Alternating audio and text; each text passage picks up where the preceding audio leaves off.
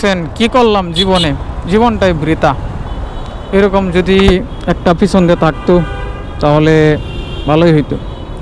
জীবন যাদেরকে আমি সবচেয়ে ভয় পাই, আমি কোনো সময় বাসে টাসে থাকলে তাদের জন্য আমি অল টাইম রেডি করে রাখি টাকা। কাহল ভাই কত বাইকার সিরিয়ালি সব এই সাইডে যত আছে সব বাইকার, সব বাইক। মানে আসলে বাইকার কমিউনিটি আছে ঠিক আছে, কিন্তু বাইকার যদি সবগুলা একরকম হইতো। কথায় আছে না, আকাশে তো মেঘলা যে না কো একলা, আমি তো একাই। আকাশ তো মেঘলা হয়ে গেছে, যে সময় বের হয়েছি ওই সময় আকাশে দেখছি রুদ্র, ঠিক আছে। এখন 10 মিনিটের ভিতরে আকাশ হয়ে গেছে মেঘলা। এই জন্য আর কি বলতেছি, আকাশে তো মেঘলা যে একলা, মানে একটা গান আছে না, এরকম হয়ে গেছে আর কি। এখন কথা হইলো একলা যাই আর 2 জন যাই বা 5 জন যাই, এটি যে পরের হিসাব।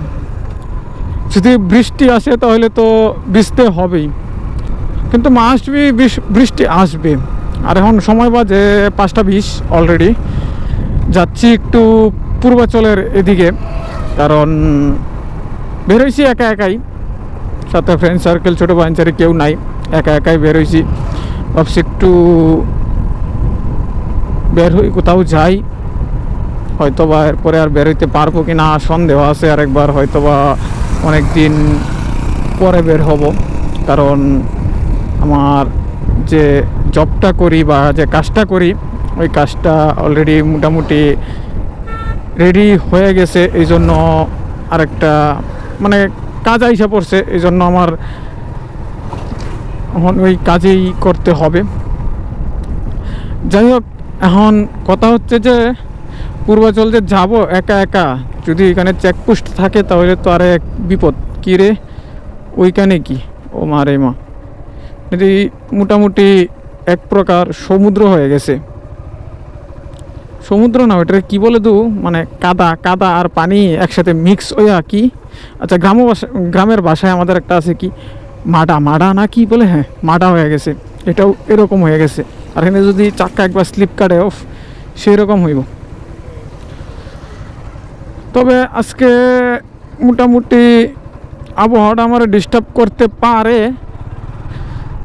কারণ আমি রুদ্র দিকে বেরোইছি, এখন আবার শুরু হয়ে যেতেছে বৃষ্টি। কই কি করব। আর এই ব্রিজটা নতুন করতেছে, আগে মানে ব্রিজ একটা ছিল ছোট, বাট ওইটা ভাঙ্গে এখন বড় করতেছে নতুন কইরা, এটা কইরা দিছে। আর শুক্রবারের দিন এই ব্রিজে যে জাম বাজে, মানে বলার বাহিরে। শুক্রবারে মানে বড় গাড়ি ঢুকলে শেষ, অবস্থা পুরাপুরি খারাপ হয়ে যায়। আচ্ছা যাই হোক, তবে এই জায়গাটা অনেক ভালো লাগতেছে। এটা কি বলে, 13 মুখই তো বলে, হ্যাঁ 13 মুখ। জায়গাটা অনেক সুন্দর। যদি পানি হয়, এগুলা পানিতে মোটামুটি এই পর্যন্ত ওইটা যায়, এটা পুরাটা পানি থাকে। আর শুক্রবারে আসলে মেবি ওইখানে মানে ট্রলার নিয়ে গান বাজনা চলে, এগুলা মোটামুটি দেখা যায়। আর ওইদিকে কিছু দোলনা টোলনা আছে। আর এইদিকে আসলে একটা জিনিস দেখবেন, অনেক সাপ্রি বাইকার দেখতে পারবেন যাদের হেলমেট নাই, কিছু নাই, লুকিং গ্লাস নাই। এই যে একটা দেখেন জলযন্ত্র প্রমাণ, এগুলা অহরহ থাকে এদিকে। আরও সামনে গেলে তো আরও, কারণ এদিকে কোনো পুলিশ নেই, কিছু নাই, এই জন্য আর কি যে হেলমেট ছাড়া ঘুরতেছে ছাপড়ি। যাই হোক, যে যে ওই ঘুরুক, এটা আমার দেখার বিষয় না। আমার বিষয় হয়েছে যে একটু যাব পূর্বাচলে, একটু ঘোরাফেরা করব। আমার মূলত কাজ হয়েছে এইটা। দেখেন এদিকে আসার মূল কারণটা কি, দেখেন এদিক দিয়ে বোঝা যায় ঘন বন, মানে পুরাটাই বন, মাঝখান দেওয়া রাস্তা। দেন এই জায়গায় একটা কি সুন্দর বাসা, দুতলা ডুপ্লেক্স বাসা। মাঝে মাঝে এদিকে আসলে এগুলো দেখা যায়, দেখছেন। আবার পাহাড়ের মতো একটা সুন্দর ফিল দিবে। ওই বাসাটা তো অনেক জোস। এখানে মাঝে মধ্যে কিছু মানুষ জনবসতি বলতে টুকটাক কিছু আছে, মানুষ এত বেশি নাই। তবে জায়গাটা অনেক সুন্দর। এখানে যদি আসে তাহলে ওই সাইডে গেলে দেখতে পারেন, ওই সাইডটা মেবি আপনি এক কিন্তু কয়টাকে। আচ্ছা যাই হোক, ফ্রেন্ডে ফোন দিছিল, ওই দেন ওইখানে আবার আরেকটা বিল্ডিং আছে, মানে মাঝে মধ্যে এরকম বিল্ডিং দেখতে পারবেন, ওই বাড়িটাও আছে এইখানে। আর এদিক দিয়ে দেখা যায় কাশফুল হইতেছে মাঝে মধ্যে, ওই সাইড দিয়ে দেখা গেল মাত্র, মানে কাশফুলগুলা ফুটতেছে। আর যেটা বলতেছিলাম, একটা সুন্দরবনের ফিল নিতে পারবেন এনে, কীরকম জানেন? আচ্ছা দেখাচ্ছি, এই যে দেখেন, এই নিয়ে তাকাইলে বোঝা যায় যে সুন্দরবনে আসছি, মানে ওই দিক দিয়ে বন, ওই সাইড দিয়ে আসলাম, যে এই যে এই দিক দিয়েও দেখেন, মানে মোটামুটি সুন্দরবনের একটা ফিল নিতে পারবেন। এই দেন আর জ্যোৎস্না জায়গাটা, ওই দেন পুরাটাই একটা সেই রকম ফিল দিতেছে। আবার এখানে ফটোশ্যুট চলতেছে, ও মাই গড।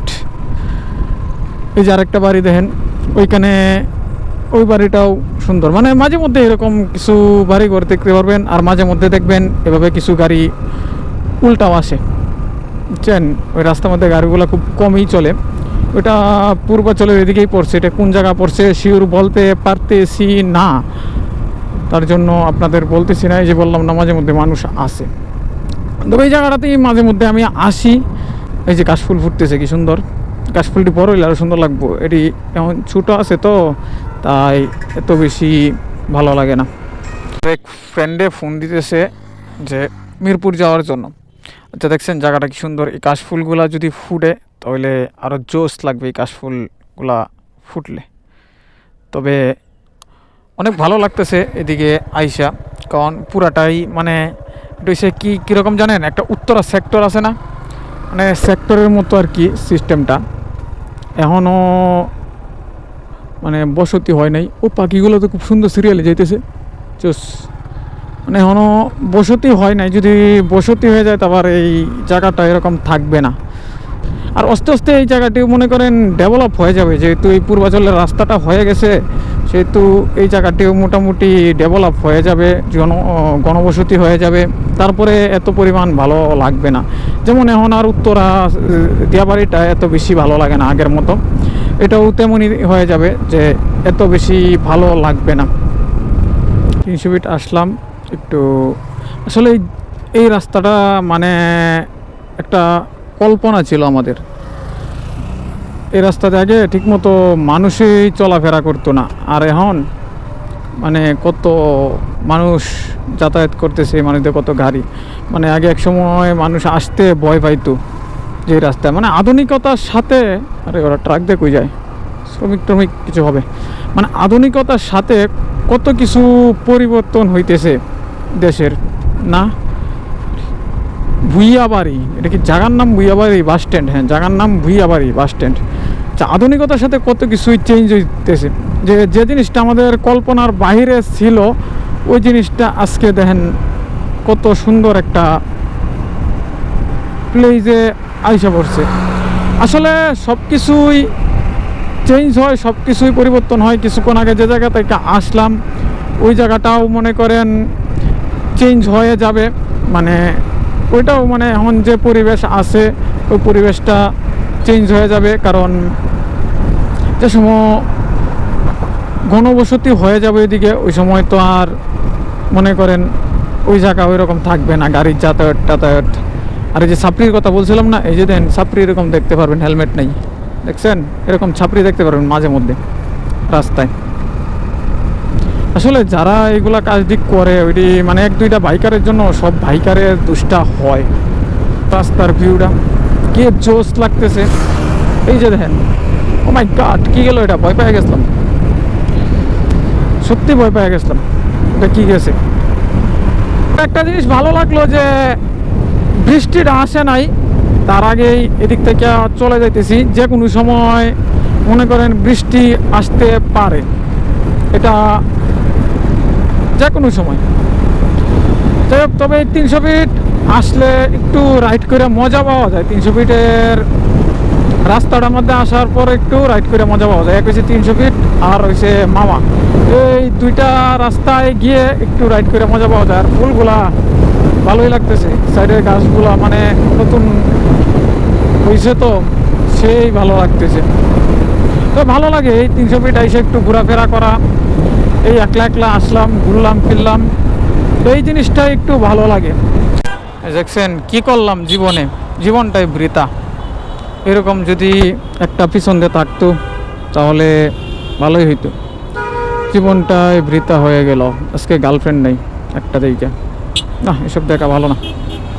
এগিয়ে চলো সৌরভ, তুমি এগিয়ে চলো। কিন্তু এখানে এত জাম কেন বুঝতে পারলাম না।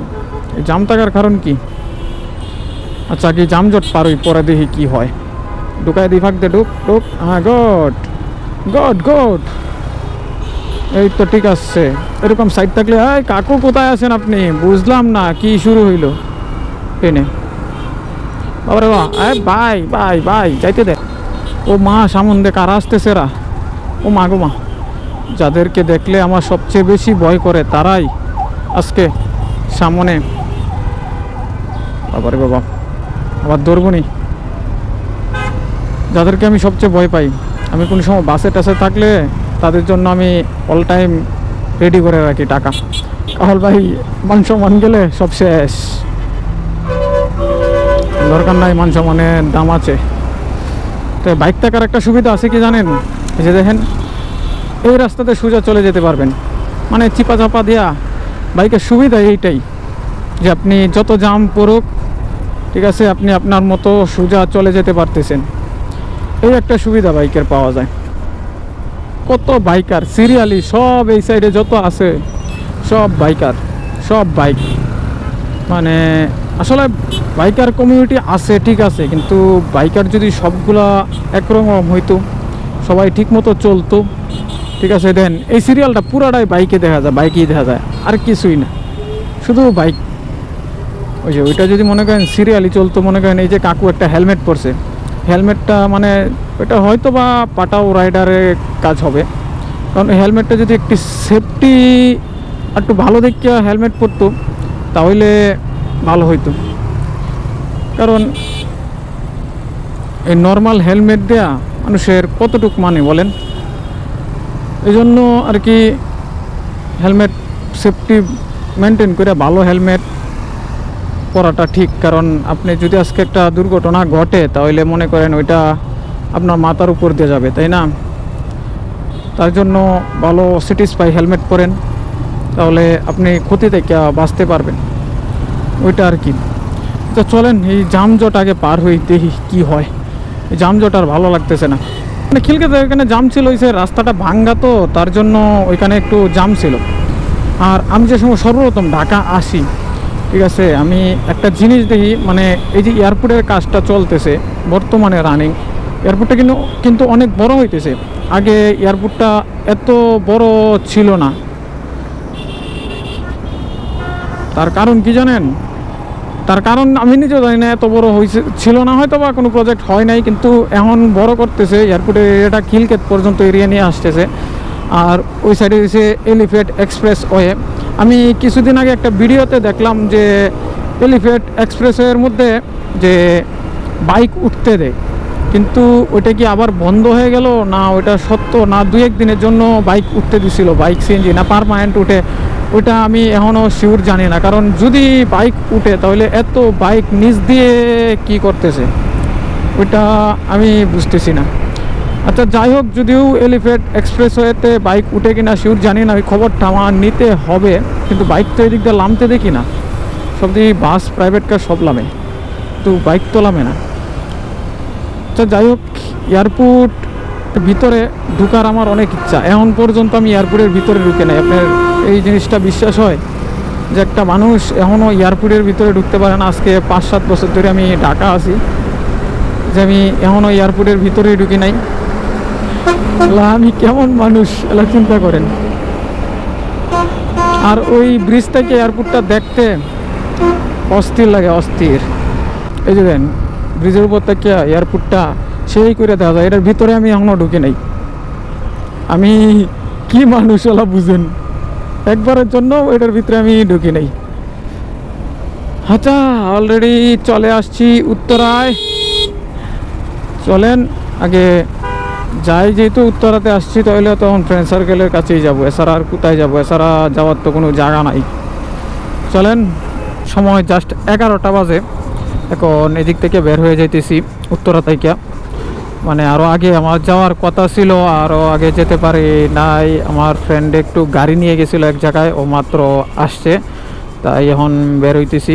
কারণ আমার ওইখানে আরেকটা দাওয়াত আছে, ওই দাওয়াতে আমার মোটামুটি অ্যাটেন্ড করতে হবে, যার জন্য আরও 2-3 জন লোক আমার বইসা রয়েছে আমার জন্য আর কি। আমি যাই নাই, আরও ওইখানে লোক বইসা রয়েছে, আমি গেলে তারপরে দাওয়াতে যাবে। আচ্ছা যাই হোক, একটু ফ্রেন্ড সার্কেলের সাথে আড্ডা টাড্ডা মারলাম ওই আর কি। আর একটা জিনিস আপনারা দেখেন যে আমি উত্তরাতেই সব সময় থাকি, আর উত্তরাতেই আসি, আর কোনো জায়গায় যাই না। উত্তরা 300 ফিট এরির আশেপাশেই, কারণ ভাই আমার ঢাকা শহর আইসা কোনো পরিচিত ফ্রেন্ড সার্কেল কেউই নাই, একমাত্র এই উত্তরাতেই যা কয়জন আছে, তাছাড়া আর কেউ ফ্রেন্ড সার্কেল বন্ধু বান্ধব কেউ নাই। এজন্যই উত্তরাতে আসি, মাঝে মধ্যে একা একা 300 ফিট যাই ঘুরতে, ওই আর কি। এই জন্য এদিকে আড্ডা টাড্ডা মারা হয়, এছাড়া আর কোনো জায়গায় যেতে পারি না। আসলে আমার ঢাকা শহর বন্ধু বান্ধব বলতে এই কয়েকজনই আছে উত্তরাতে, আর কেউ নাই, তার জন্য এই উত্তরাতে আসা। অন্য কোনো সাইডে আমার ফ্রেন্ড সার্কেল নাই, এই জন্য উত্তরাতে আসা, এই জন্য উত্তরাতে আড্ডা মারি, এই জন্যই আর কোনো জায়গায় যাই না। আড্ডা মারলে আমি এদিকেই মারি, আর সব সময় তো সব জায়গায় যাওয়া যায় না, তাই না? আচ্ছা যাই হোক, আজকের ভিডিওটা এ পর্যন্তই। ভিডিওতে যদি কোনো কিছু ভালো লাগে প্লিজ লাইক করে দিবেন অ্যান্ড সাবস্ক্রাইব করে দিবেন। দেখা হচ্ছে আবারও এরকম কোনো নতুন ভিডিও নিয়ে। সে পর্যন্ত সবাই ভালো থাকবেন, সুস্থ থাকবেন। টাটা।